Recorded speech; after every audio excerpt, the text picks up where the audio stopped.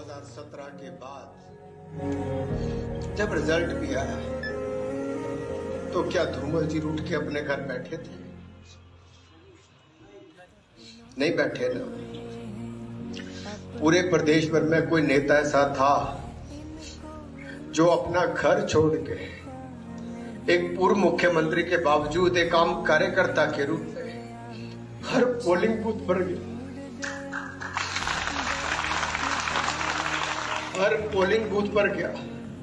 Polling booth का गठन आप सबके साथ मिलकर किया, अपनी सेहत नहीं देखी, पार्टी के लिए, संगठन के लिए अपने आप को समर्पित रखा। क्या हम आज कमजोर हो जाएंगे? अपने पिता और पूर्व मुख्यमंत्री प्रेम कुमार धूमल का टिकट कटने के बाद हमीरपुर के सांसद और केंद्रीय मंत्री अनुराग ठाकुर कार्यकर्ताओं को समझाते समझाते खुद भावुक हो गए। पोलिंग बूथ पर गए, हर पोलिंग अनुराग ठाकुर तो बस रोए पर बागी नहीं हुए। लेकिन टिकट कटने के बाद बीजेपी के कई विधायक और पूर्व विधायक जेपी नड्डा और अमित शाह के मनाने के बावजूद भी नहीं माने और निर्दलीय चुनाव लड़ने के लिए मैदान में कूद पड़े। 2 बार लगातार बीजेपी के टिकट पर कुल्लू की आनी सीट से विधायक रहे किशोरी लाल अपने कार्यकर्ताओं के कंधों पर बैठकर पहाड़ी गाने पर थिरक रहे हैं।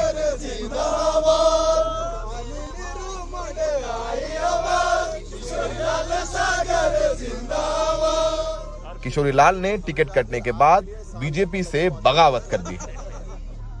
जब टिकट का डिसीजन हुआ, मुझे टिकट नहीं मिली, तो मैं 2 दिन अपने घर में था और घर में हम बैठे थे तो आनी विधानसभा क्षेत्र हर कोने से मेरे भारतीय जनता पार्टी के कार्यकर्ता मेरे घर में आना जाना रहा है। फिर आपने, सब लोगों ने, कार्यकर्ताओं ने कहा कि आप निर्दलीय चुनाव लड़ो। निर्दलीय चुनाव लड़ने, हाँ जी। तो बीजेपी ने मनाया नहीं आपको? अब मनाने की कोशिश की उन्होंने, बहुत ज्यादा की। किसके किसके फोन आया आपको मनाने के लिए? हमारे राष्ट्रीय अध्यक्ष जी का फोन आया। राष्ट्रीय अध्यक्ष जेपी नड्डा जी ने फोन किया आपको? हाँ जी, हाँ जी। क्या बोले आपको? और क्या बोले नड्डा जी? क्या बोले? नड्डा जी बोला भाई बैठिए, आप बात करते हैं। तो प्रदेश अध्यक्ष का टेलीफोन आया, प्रदेश के मुख्यमंत्री जी का टेलीफोन आया, जयराम ठाकुर जी का टेलीफोन आया। हाँ जी, हाँ जी। तो आपने माने, क्या बोला आपने? नड्डा जी और जयराम ठाकुर जी को क्या बोला आपने? तो मैंने ये कहा, मैं मेरे कार्यकर्ता नहीं मान रहे भारतीय जनता पार्टी के। टिकट कटने के बाद कई नेता जिन्होंने पूरी जिंदगी बीजेपी के लिए काम किया, अब वो बीजेपी के खिलाफ मैदान में हैं। उनमें से कुछ बड़े नाम हैं होशियार सिंह का, जो देहरा से मौजूदा विधायक हैं, अब निर्दलीय मैदान में कूद पड़े हैं। तेजवंत नेगी, पूर्व बीजेपी विधायक, अब किन्नौर से निर्दलीय चुनाव लड़ रहे हैं। केएल ठाकुर बीजेपी के पूर्व विधायक हैं, अब नालागढ़ सीट से निर्दलीय चुनाव लड़ रहे हैं। वैसे जब बीजेपी ने टिकटों की घोषणा की तो उस वक्त 25 से ज्यादा बीजेपी के नेता थे जो बगावती हो गए। उनमें से बीजेपी ने कईयों को मना लिया। राष्ट्रीय अध्यक्ष जेपी नड्डा ने मनाया तो एक बड़े पूर्व सांसद को प्रधानमंत्री मोदी ने खुद फोन किया। जो मान गए हैं वो अब रैलियों में रोते हुए नजर आ रहे हैं और बीजेपी उससे थोड़ी परेशान नजर आ रही है, क्योंकि राजनीति में मैसेजिंग भी एक बड़ी चीज होती है। कुल्लू के राजा और बीजेपी के पूर्व प्रदेश अध्यक्ष और कई बार विधायक रहे महेश्वर सिंह बीजेपी अध्यक्ष जेपी नड्डा के बगल में बैठकर रो रहे हैं। बीजेपी ने टिकट काटा तो ये बगावती हो गए, लेकिन जेपी नड्डा ने इन्हें मना लिया। लेकिन नड्डा साहब भी सार्वजनिक तौर पर इनको रोने से नहीं रोक पाए।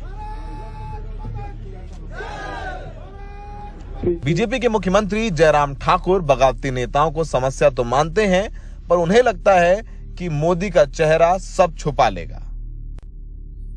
देखिए, कुछ को मनाने में हम सफल हो गए, कुछ नहीं माने तो मुझे लगता है कि धीरे धीरे मान जाएंगे। हमारा फोकस सीधा है, नरेंद्र मोदी जी को ताकत देना, हिमाचल मोदी जी के साथ खड़ा करना और हिमाचल मोदी जी के साथ चलना, और उसके साथ हिमाचल प्रदेश भारतीय जनता पार्टी की सरकार बनाना।